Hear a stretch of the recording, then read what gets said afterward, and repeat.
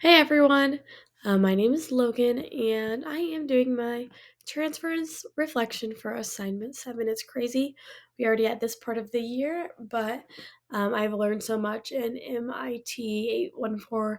I just feel like I have grown in my Google knowledge. I'm not the most tech savvy person, and I will admit that day in and day out. But I mean, I can get along, um, more than some people, and so I was a little bit hesitant going into this course, but I had a really great time and I've learned a lot. So I'm gonna get into my summary and my reflection.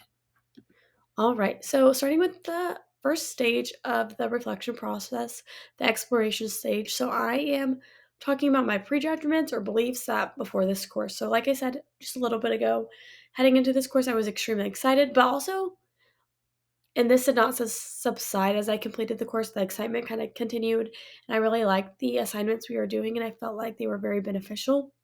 I'm very hands-on and very helpful for my classroom and how I can implement and explore and use different like applications and extensions in my own classroom. As excited as I was also nervous and intimidated.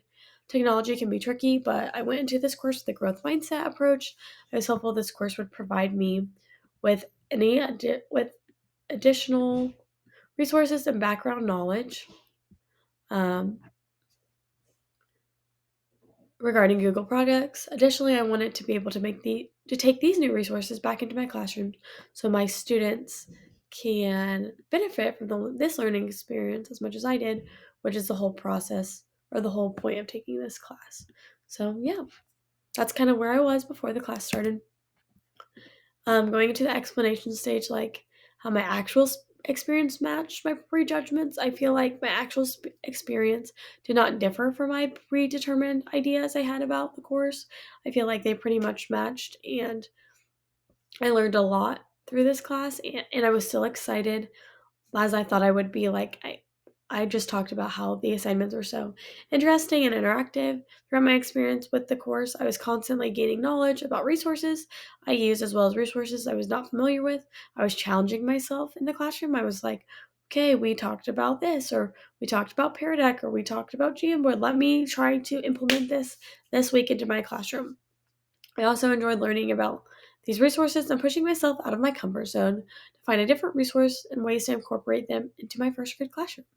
A few of these resources I was not familiar with in the group project. The group project challenged me to utilize these and generate a way I would be able to take from the master's level, incorporate it into my first grade classroom to the first grade level, which I feel like is one of the most intimidating parts about technology is just like, okay, technology works and you see so many great blended learning examples and benefits and things in like third, fourth, fifth, sixth grade classrooms.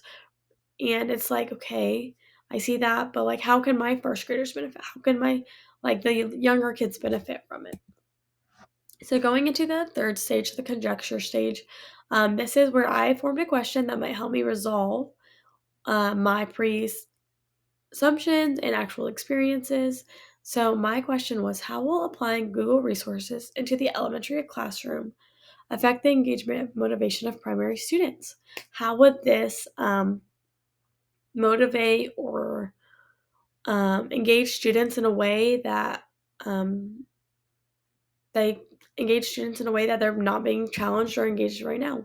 So going to the analyst stage, this is answering my question um, and kind of re-examining, okay, what are my experiences? How did this kind of affect? And I feel like integrating these Google projects into products and projects into my primary elementary classroom will enhance engagement and motivation through self-paced instruction, collaboration, creativity, and ownership. Students love when they can take learning into their own hands, and you're kind of moving from the instructor to like the collaborator, and you're kind of becoming the observer while also helping and making sure everything's running smoothly. So that kind of is a process that changes over the course of first grade in my experience, because at the beginning of the year, it's like you are holding their hand and then you slowly let go and they have more ownership and more independence.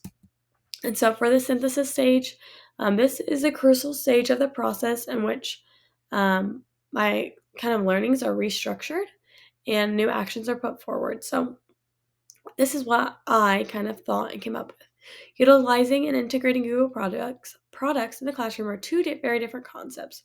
Using Google products highlights on the idea that an educator is checking off boxes to use technology like blended learning.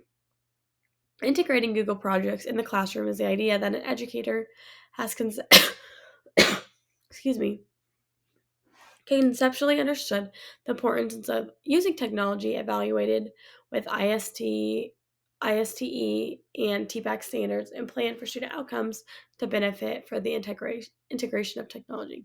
Moving forward, the success of the student is to be based on the appropriateness of the implementation toward success, feedback, and growth. So really, it was just drawing a line between, okay, you're doing this to check a box, or you're doing this because you actually want to see growth. You actually want to challenge students and make learning more hands-on and fun. So very two ends of the spectrum, but you can kind of see how if you don't put effort into it, it's like, what's the point? You're just kind of going through the motions.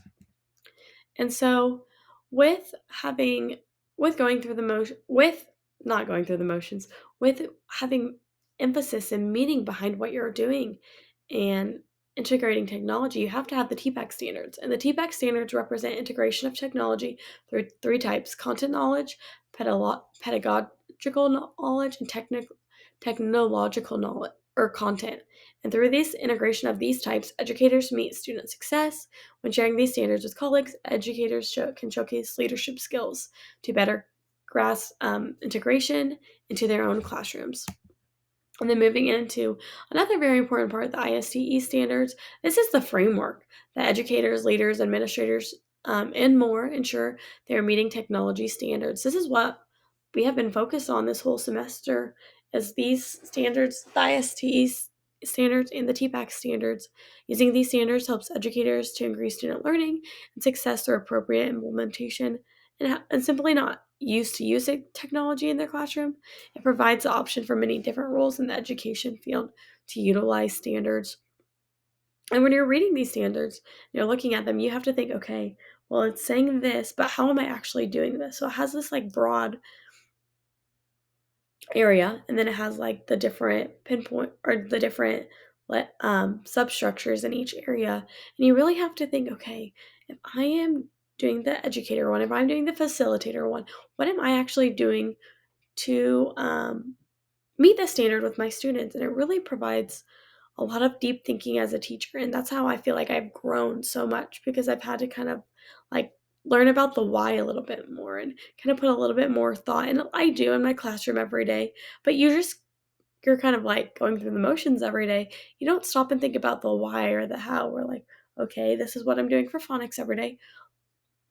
This is my like CFA I'm doing to see what the students have met. Okay, how can I get the students to grow and grow further? So that is my transference reflection. Thank you so much for a great semester, and I'm signing you off. But see you guys. Bye.